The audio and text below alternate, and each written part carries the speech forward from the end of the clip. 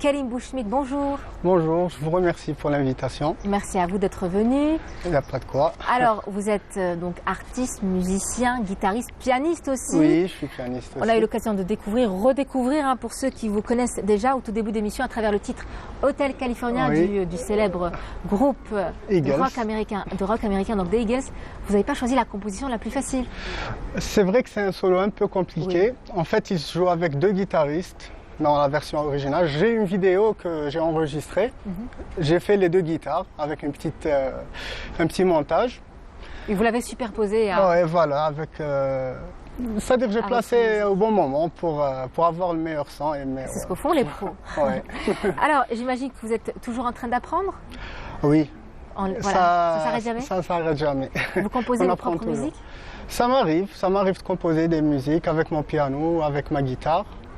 Mais c'est juste pour moi, pour mon plaisir.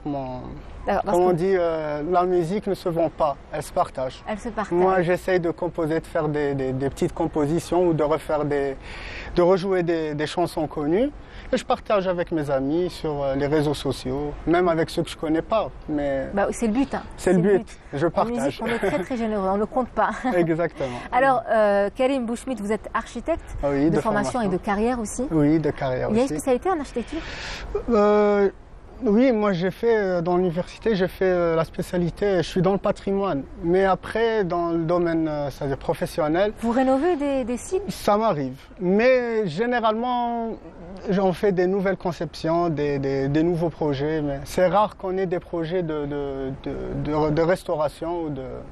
Mais c'était ma spécialité parce que généralement, dans la troisième et quatrième année, on fait les études sur les nouveaux projets. Oui. Donc je voulais avoir une autre expérience avec le patrimoine. Exactement. Alors, on revient à la musique, forcément vous êtes là pour ça. En tant que musicien, guitariste, pianiste, compositeur, néo-compositeur. Alors comment vous êtes tombé dans ce monde-là, le monde de la musique? Il y a d'autres membres de votre famille qui sont Non, aussi je suis le seul musicien. On espère que vous ne serez pas l'unique, en tout cas, vous allez assurer les descendances. J'ai mon petit-neveu, d'ailleurs je lui ai prêté ma guitare, il veut apprendre. Il l'a pas cassé, ça va? Non. Il m'a fait la promesse. Donc il veut apprendre, j'essaye de l'aider de temps à autre. Mais je suis le seul sinon. D'accord. Alors où est-ce que vous avez appris à jouer? En fait, je suis autodidacte. Pas d'institut, pas d'école? Pas d'institut, pas d'école, pas de conservatoire. En fait, c'était en l'année scolaire 2007-2008. J'avais un ami qui jouait de la guitare. Il avait passé la nuit chez moi une fois. Il avait ramené sa guitare. Je n'y connaissais rien, moi. En guitare, en musique. Il vous a donné l'envie de découvrir la guitare? Oui, c'était mon premier instrument, c'était mon coup de cœur. Donc j'ai appris, en fait j'avais prêté un ami m'a prêté sa guitare. Oui. J'avais pas acheté une guitare, les études d'architecture ça coûte. Oui, beaucoup. Donc j'ai appris avec sa guitare. On espère que ce soit rentable après. Oui. Heureusement. Donc j'ai pris sa guitare, j'ai appris tout seul. Moi, quand je veux quelque chose, quand je veux apprendre quelque chose, je mets corps et âme pour pouvoir perfectionner. Je suis une personne déterminée. Très bien, vous foncez, c'est bien. Alors, j'imagine qu'il y a des artistes, des groupes qui vous inspirent jusqu'à l'heure d'aujourd'hui. Forcément. Mon groupe préféré, c'est les Pink Floyd. Classique. Sans hésitation. D'ailleurs, leur guitariste, David Gilmour, c'est l'un de mes préférés. Mais après, c'est vrai que tous les groupes, je parle des années 80, 70, c'est mes coups de cœur. C'est les chansons que je rejoue, c'est les solos que je rejoue. C'est mon inspiration. Et le traditionnel algérien, ou algérois du moins? Rarement. Ça m'arrive, mais très rarement. Pas encore en tout cas, on espère. Vous savez, vous pouvez le revisiter, avec des touches jazzy, un peu rock. C'est sûr. Ça, je suis ouvert. Je ne me limite pas à un style musical précis. Vous avez 32 ans. Oui. Je me suis bien informée. Karim Bouchmit, vous avez 32 ans. À quel âge vous avez votre première guitare? Ma première guitare, je l'ai eue à l'âge de 18 ans. Ah, quand même. C'est ma mère qui me l'a offerte. Du coup, on a espoir quand même de pouvoir jouer un jour comme vous? En fait, on me dit souvent qu'on ne peut pas apprendre le piano ou la guitare en étant pas vieux, mais dans la trentaine. 18 ans, c'est l'âge adulte. Non, mais je parle même plus. 25 ans, 26, 30, on peut toujours apprendre. L'occasion de s'y mettre. C'est la détermination. Donc, si on veut quelque chose, on le fait. On le dit, généralement on dit ça parce qu'à un certain âge, enfin passé l'enfance et l'adolescence, on manque de patience.